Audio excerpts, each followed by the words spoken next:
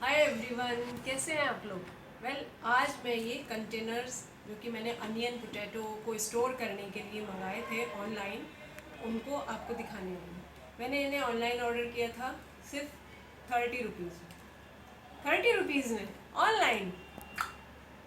ये मैंने घर में बनाए हैं और मैंने इनको कैसे बनाया है, क्या किया है, ये सब मैं आपको बताऊंगी। और मेरा सिर्फ एक ही यही एम है कि ज़रूरी नहीं है कि हम कुछ चीज़ अगर हम लेना चाहते हैं या हम अपने घर में उसको थोड़ा सा स्टाइल मेकर बनना है, हमें वो करना है, तो ये ज़रूरी नहीं कि हम मार्केट जाएं दौड़ के वहाँ से कुछ ख़रीद कर लाएं या ऑनलाइन ऑर्डर करें।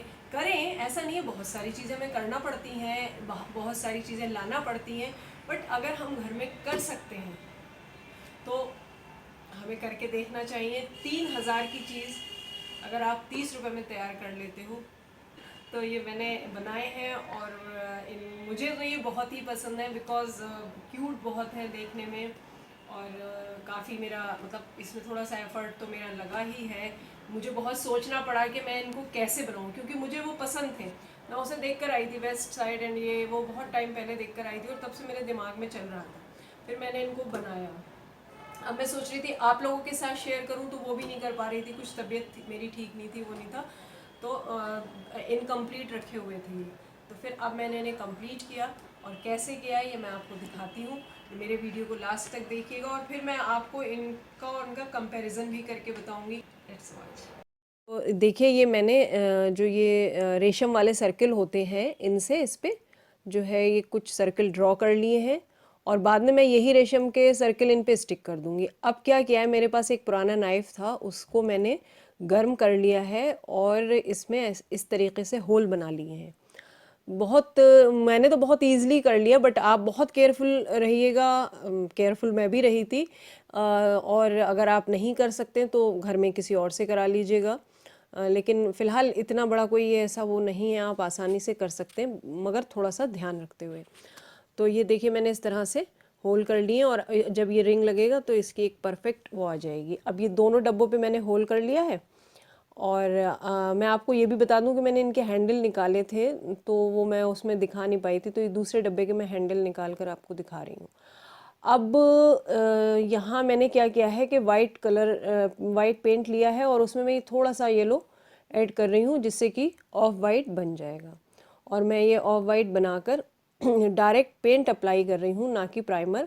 रीज़न ये है कि मुझे ज़्यादा शाइनिंग चाहिए है, दैट्स वाई मैं जो हूँ इस पर डबल कोट करूँगी और दोनों ही पेंट से करूँगी। तो और ये जो इस पर प्रिंट किया हुआ है ये भी हाइड हो जाएगा, छिप जाएगा। तो मैंने इस पर देखिए ये ऑफ वाइट पेंट करना स्टार्ट कर दिया है। और ये धीरे धीरे, अभी तो मैं ऐसे थोड़ा रफ कर रही हूँ, धीरे धीरे आप देखेंगे जैसे ड्राई होगा ये सब हो जाएगा। अब ये जो है मैं यहाँ पर क्या कर रही हूँ, ग्लू गन मैंने ले ली है, उससे बहुत इमीडिएट रिजल्ट मिलता है। तो मैं ये जो रिंग्स हैं रेशम वाले, ये मैं इस पर स्टिक कर दूंगी, ताकि जो थोड़ी सी ये अनफिनिश सरफेस है इसकी, ये इसमें फिनिशिंग शो होने लगेगी इससे, इनकी वजह से। अब बारी आती है इनकी लिड्स की, ढक्कन की। तो मैं जो इनके खुद के ये ढक्कन लिड हैं, इनको यूज़ नहीं कर रही हूँ, बिकॉज़ इनको बंद करना पड़ेगा। तो मैं जो है ये कार्डबोर्ड से बना रही हूँ और उसके लिए मैंने 4 पीस कट कर लिए हैं। बीच में मैंने एक होल कर लिया है चारों ही गत्तों पर, चारों ही कार्डबोर्ड पर, देखिए इस तरह से। अब मैं इस पर इसको जो है मैं एडहेसिव से स्टिक कर दूंगी आपस में दो दो को। और इन पर जो है मैं फिर इसकी वो बनाने के लिए बॉर्डर, मैंने ये मेजरमेंट ले लिया है ढक्कन का और डोरी से मैंने इसको मेजर कर लिया है गत्ते को।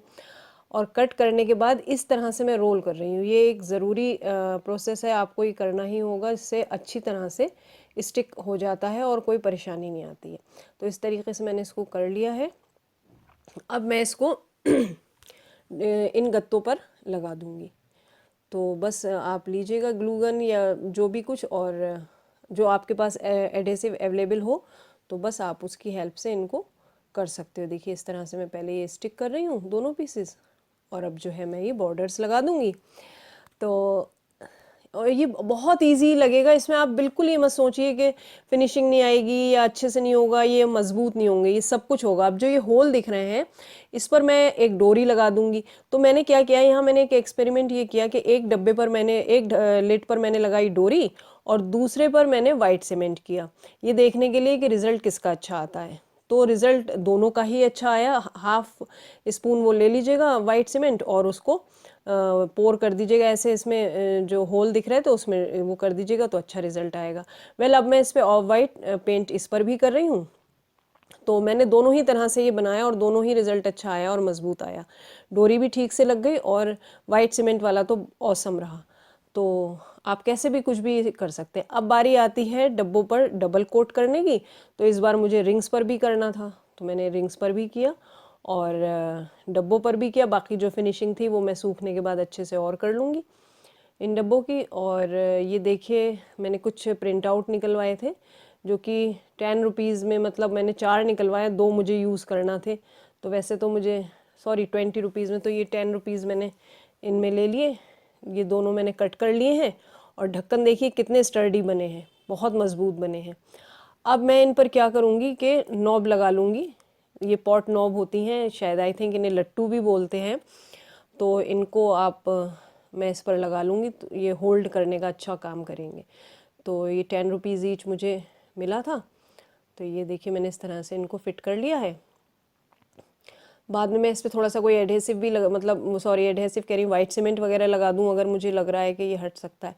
अब मैं जो इसके कुंडे थे इन पर लगा रही हूँ ये सुतली से बनी डोरी। ये देखिए ईजिली इससे हैंग हो रहा है और बहुत मज़बूत ये रहेगी। इस पर मैंने लगा दिया है। अब बारी आती है इन स्टिकर्स की, इन कटिंग्स की। तो ये थोड़े हार्ड पेपर में थे तो मैंने अच्छे से इन्हें पानी में खूब डिप किया है और फेविकोल मैंने पहले लगा ही लिया था और ड्राई ब्रश से मैंने इनको इस तरीके से ड्राई ब्रशिंग करते हुए स्टिक कर लिया है। देखिए ये बहुत अच्छे से हो गए हैं स्टिक। तो बस अब आप मेरे वीडियो को अगर ये पसंद आता है तो लाइक कीजिए, शेयर कीजिए। तो ये तैयार तो आपने देखा थे ही, और कैसे मैंने तैयार किया ये मैंने आपको दिखा दिया। अब मैं आपको ये बताना चाहूँगी कि ये काफ़ी स्टर्डी है, देखिए ठीक है, अच्छे खासे ये स्टर्डी हैं। और ये इतना 5 kg इसमें आराम से वेट आता है। दूसरी बात ये, मुझे ये जितने वक्त के लिए चाहिए है, 5 महीने, 6 महीने, साल भर, 2 साल, उस टाइम के लिए ये काफ़ी है। सबसे जो मेन बात है कि ये मुझे सिर्फ 10 रुपीज़ और जो ये फ़ोटोकॉपी मैंने कराई दैट इज़ 10 रुपीज़। बाकी चीज़ें घर में थी, पेंट घर में था, सुतली मेरे पास घर में थी, तो मुझे एज सच मेरा खर्च नहीं आया। फिर भी अगर आप लगाते हो तो हार्डली 50 रुपीज़, ठीक है। फिर मेरा एक अपना इनोवेशन रहा, मुझे एक सोच रही, बच्चों के साथ मैंने शेयर किया, बच्चों में ये चीज़ आई कि भाई हाँ हम ऐसे चीज़ें कर सकते हैं, तो वो भी थोड़े मेरे साथ चीज़ों को सीख रहे हैं। फिर देखिए इसमें ये हैंडल, ठीक है, अभी इसमें मैंने अनियन रखा हुआ है, इसमें अनियन है रखा हुआ, और ये मैं अच्छे से इसको उठा रही हूँ, ठीक है। तो ये अच्छे खासे स्टर्डी है, मैं साल 2 साल यूज़ करूँगी, उसके बाद कुछ और ऑप्शन आ ही जाते हैं, 6 महीने ये वो चेंज हो जाएगा। उसमें क्या है कि एक तो कॉस्टली, दूसरे इसमें मैंने एयर जो ये इसके लिए दिया हुआ है तो अच्छा वेंटिलेशन रहे, मैंने इसके लिए होल ये अपने हिसाब से अपनी कन्वीनियंट से बनाए। बिकॉज एक डलिया में अगर हम सामान रखते हैं तो ख़राब हो जाता है, अगर नीचे पोटैटो जो आलू नीचे दबा हुआ है वो सड़ जाता है या प्याज ख़राब हो रही है, तो फिर इसमें डब्बों में कितना होगा।